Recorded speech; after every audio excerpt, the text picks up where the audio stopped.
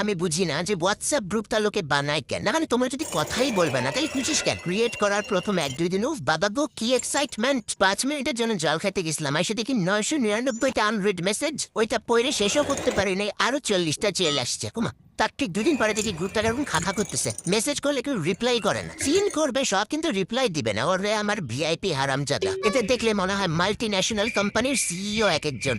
কি ব্যস্ত বাবা, আর আমরা তো সব বেকার বসে আছি। তারপর 1 মাস সাইলেন্ট থাকার পর হঠাৎ কেউ বার্থডে উইশ করলো, happy birthday happy birthday happy birthday, আবার সাইলেন্ট। আমার তো তখন মনে পড়ে ও আমি এই গ্রুপটা তো আছি, প্রথম দিনের মতন এনার্জিটা নাই কেন? ওয়্যার ইজ দ্য জোশ? তখন এত কথা, এখন কথা নাই কেন? প্রেমের মতন প্রথম প্রথম কি কথা, তারপর হঠাৎ করে সবাই ব্যস্ত হয়ে যায়, তখন সবার কাজ চলে আসে, অ্যাজ ইফ তখন সবাই বেকার ছিল, এখন সবাই কাজে জয়েন করছে। গ্রুপের নাম ফ্রেন্ডস ফর এভার, আর কথায় হার্ডলি। আমি দেখছি সবাই তলে তলে নিজেদের মধ্যে কথা বলে গ্রুপে এসে রিপ্লাই দেয় যে তুই এটা বলবি আমি এটা বলবো। অনেকে দেখি কখন আবার দুমদাম লেফট পারে দিচ্ছে, আমি অ্যাডমিন হয়ে গেছি। আসো তুমি এরকম কোনো মরা ধরা গ্রুপে, ওই গ্রুপের নাম কি? অনেকে তো মনে হয় যে জোর করে ঢুকানো হয়েছে গ্রুপে, লেফট হইতে পারতেছে না, বাধ্য হয়ে আছে, মানে কোনো ইন্টারেস্টই নেই গ্রুপে কি নিয়ে কি বিষয়ে কথা হচ্ছে, ও জানতে লিস্ট বদল। হে বিষ্ণু মাতা, অনেকে আছে যারা দেখে সব কিন্তু রিপ্লাই করে না। এরকমও গ্রুপ আছে আমার যে 1 বছর চলে গেল তাও এদের মধ্যে কোনো কথা নেই না। গ্রুপে মেসেজ রিপ্লাই করলে কি তোমাদের মান ইজ্জত চলে যাবে নাকি?